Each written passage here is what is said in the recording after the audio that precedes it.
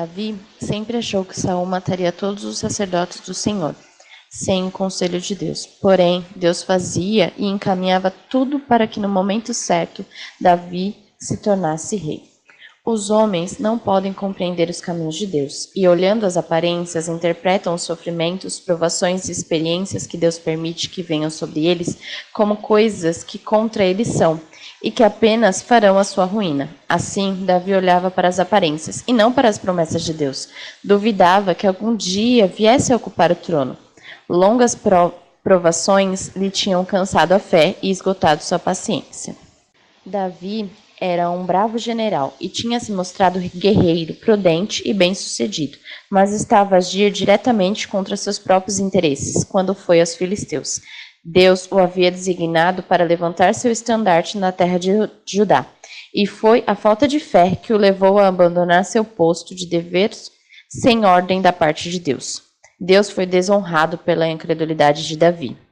Davi foi levado a fazer exatamente o que Satanás desejava que ele fizesse, pois procurando refúgio entre os filisteus, ele proporcionou grande exultação aos inimigos de Deus e de seu povo. Davi não renunciou ao culto de Deus, nem cessou as devoções para com sua causa, mas sacrificou a confiança nele pela sua segurança pessoal, e assim maculou o caráter reto e fiel que Deus requer de seus servos possuam. Mas, embora a fé de Davi tivesse vacilado um pouco nas promessas de Deus, ele ainda se lembrou de que Samuel ungira rei de Israel.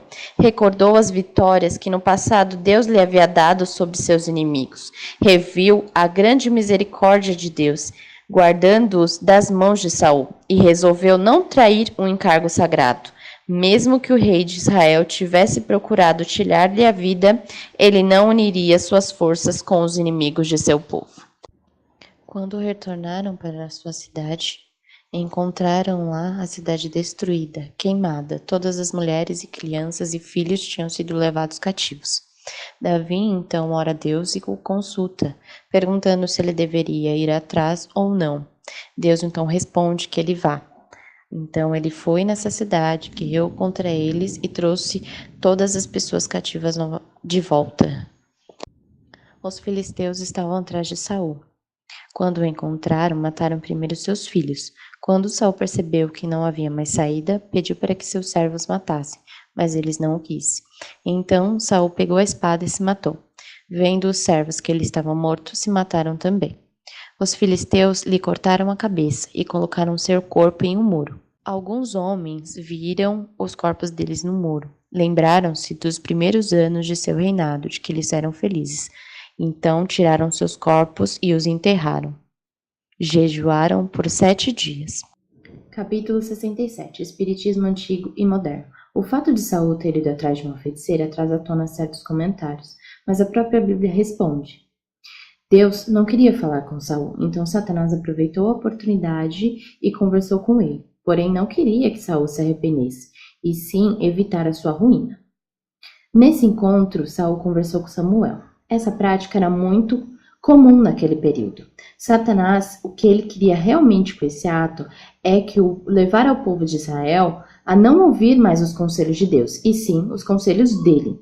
Assim como no passado, acontece hoje. Satanás continua a enganar as pessoas.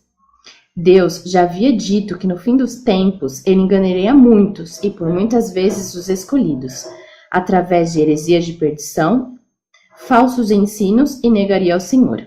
O Espiritismo nega Cristo, o Pai, o Filho, e a Bíblia denuncia como manifestações de Anticristo. Capítulo 68. A dura prova de Davi. Davi percebe nesse momento da sua vida que ele estava em grande dificuldade. Ele percebe que tudo que ele havia lutado e corrido atrás ele não tinha mais. Saul tinha expulsado do seu país. Os amalequitas tinham conquistado sua terra e levado tudo, destruído toda a sua cidade. Tinha levado inclusive suas mulheres e filhos. Tudo estava perdido. Porém, ele olha para cima, ele agradece a Deus e lembra que Deus, mesmo em todas essas dificuldades, ele estava ao seu lado. Percebe que só em Deus ele pode recuperar tudo aquilo que ele perdeu. Ele percebe que, mesmo tendo essas dificuldades, ele teve grandes vitórias, grandes lutas ao lado de Deus. Ele olha para Deus e se engrandece.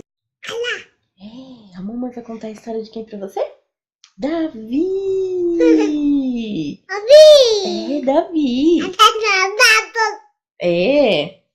O Senhor disse para Davi ir para a cidade de Hebrom. Chegando lá, os homens ungiram Davi e fizeram com que ele fosse rei. Ele então reinou nessa cidade por 7 anos, 7 longos anos. O filho de Saul, Isbosete, também reinou, só que ele reinou por 2 anos. As pessoas não gostavam do rei Isbosete. Então o que aconteceu? Alguns capitães foram lá e mataram ele. As pessoas começaram a perceber que Davi era um homem muito bom, era ungido de Deus. Então, com o passar dos tempos, com o passar dos anos, Davi acabou reinando sobre todas as tribos de Israel, assim como Deus havia dito desde o começo.